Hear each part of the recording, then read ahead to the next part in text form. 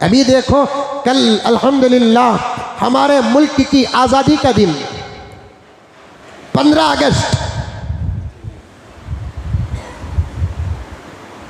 और अंकल ने हर मोबाइल के टून में कह दिया कि हर घर में तिरंगा लहराओ, पैसे मनी ऑर्डर करना, फोन पे करना, 200 रुपये हर एक के फोन में दालाल को झंडे ले को लगाओ बोलना। हमें खरीद को लगाने के वास्ते तुम्हें बोलने की जरूरत क्या तुमना क्या मुल्क से मोहब्बत है, हमना नहीं।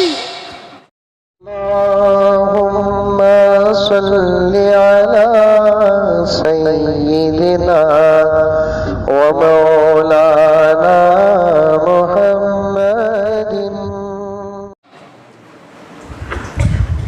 झंडे का एहतराम हमें जितना करते ही तुम्हें नहीं करते। वही झंडा तो था एक मर्तबा जिससे तुम पसीना पोंछे।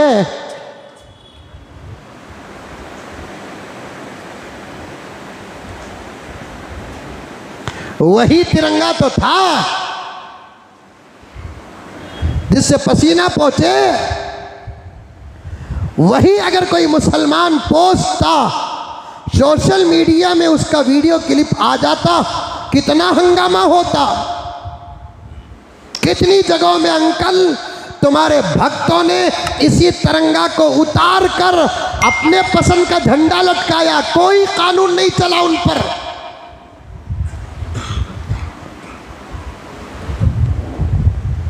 सिर्फ तिरंगा लहराने की बात तो मोबाइल के टून में आपने डाल दी। तिरंगे की हिफाजत करने की बात कही कि तिरंगा लहराओ, उसके बाद तिरंगे की हिफाजत करके अंदर रखो, रोजाना के कचरे में तिरंगा को ना फेंको। ये हमने कहा।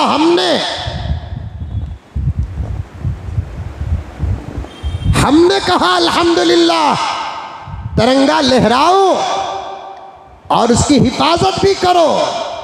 लहराने के बाद उसे मत फेंको, कचरेदान में ना डालो, उसे हिफाजत करके रखो, क्योंकि मुल्क का तिरंगा है। 140 करोड़ वासियों का सलाम जिसे जाता है उसका नाम तिरंगा है। आज उस तिरंगा को लहराने की हर किसी को इजाजत मिल जाती है। जिनके हाथ रिश्वत लेते हैं वो भी तिरंगे लहराते हैं।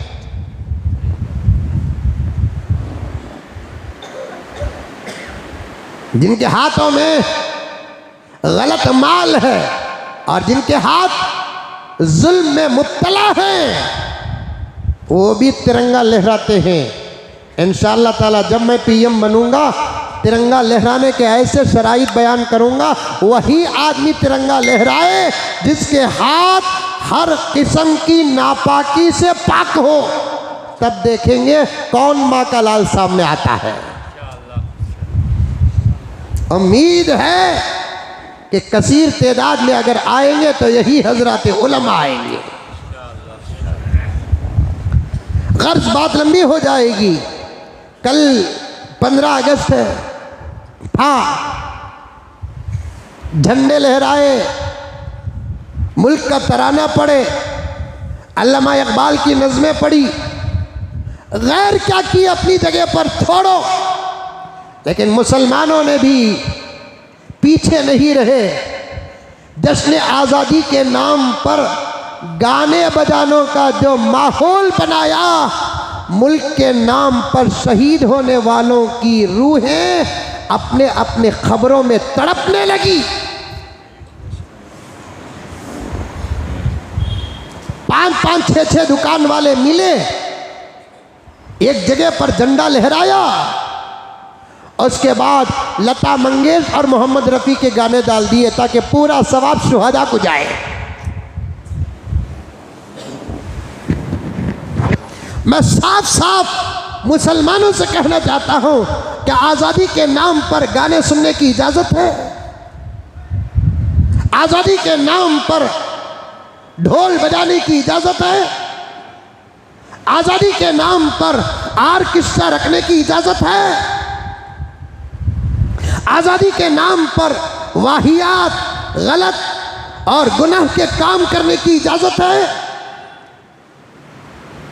हर काम करने के लिए इस्लाम सबक देता है, तो फिर आज़ादी की खुशी मनाने का सबक क्या इस्लाम में नहीं है? ज़रूर है, आज़ादी का सबक इस्लाम में ज़रूर है। मेरे आका मदीने से मक्का जाते हैं फतह करके। मक्का भी तो मेरे आका के हाथ से फतह हुआ, वो आज़ादी नहीं तो और क्या थी। लेकिन उस आज़ादी के दिन आका ने किया क्या? अल्लाह की इबादत की, काबे को साफ किया, सबको माफ किया, अपने साथ अपनी ऊँटनी में काले कलोटे बिलाल को बिठा कर कहा, अल्लाह के निगाह में गोरे और काले सब एक हैं, अल्लाह के निगाह में अमीर और गरीब सब एक हैं, आला व अदना सब एक हैं। अल्लाह के निगाह में किसी का मकाम और मर्तबा है तो फिर आमाल वाले का मकाम और मर्तबा है। अल्लाह तबारक व तआला के नज़दीक किसी का मकाम और मर्तबा है तो फिर तक़वे वाले का मकाम और मर्तबा है। आज़ादी मक्के के वक्त, फतह मक्के के वक्त आका सल्लल्लाहु अलैहि वसल्लम और हजरात सहाबा दीन से हिटकर कोई काम नहीं किया, वाहियात में मुब्तला नऊज़ बिल्लाहि मिन ज़ालिक नहीं हुए, गाने बजाने में मशगूल और मसरूफ़ नहीं हुए। ये सबक था हिंदुस्तान के मुसलमानों के लिए। जैसे आज मैं मक्के को फतह करके आज़ादी का सबक पेश कर रहा हूँ, एक वक्त तुम्हारे ऊपर भी आएगा, तुम्हारे बुजुर्ग और तुम्हारे अकाबिर हिंदुस्तान को आज़ादी दिलाएंगे। उसके बाद तुम्हारे ऊपर आज़ादी के दिन ये खुशी के दिन की शक्ल में गुजरेंगे। इस खुशी में मसरूफ़ होकर इस्लाम का दामन न छोड़ना, इस खुशी में मसरूफ़ होकर अल्लाह का दामन न छोड़ना, इस खुशी में मसरूफ़ होकर नबी का दामन न छोड़ना, इस खुशी में मसरूफ़ होकर शरीयत का दामन न छोड़ना, इस खुशी में मसरूफ़ होकर अल्लाह और अल्लाह के रसूल के हुदूद और अहकामात जो नाजायज़ और हराम है उसे अपनाना नहीं। ये सबक था प्यारे आका का। लेकिन जगह ब जगह गैर मुस्लिम अगर आर्केस्ट्रा रखते हैं वो तरीक़ा है, उनके मजहब का तरीक़ा है। मुसलमानों ने 15 अगस्त के नाम पर गाने बजानों का इंतज़ाम किया, मुसलमानों ने 15 अगस्त के नाम पर आर्केस्ट्रा का इंतज़ाम किया। यहाँ तक मेरे पास बात आई है, आर्केस्ट्रा के स्टेज में बाज़ मसाजिद के जिम्मेदार तक बैठे थे। ये मस्जिद के जिम्मेदार हैं जो गाने की मजलिसों में बैठते हैं। लानती है, लानती, लानत है इन लोगों के ऊपर।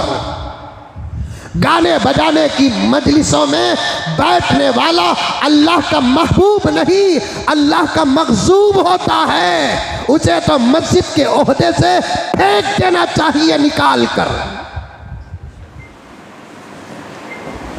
अगर कोई इमाम बैठता तो क्या इमामत को रखते?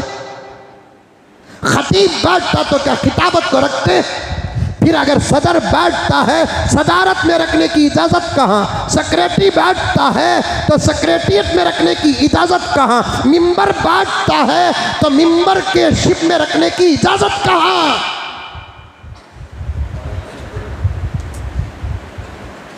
बड़े अगर नहीं सुधरेंगे छोटे कहाँ सुधरेंगे?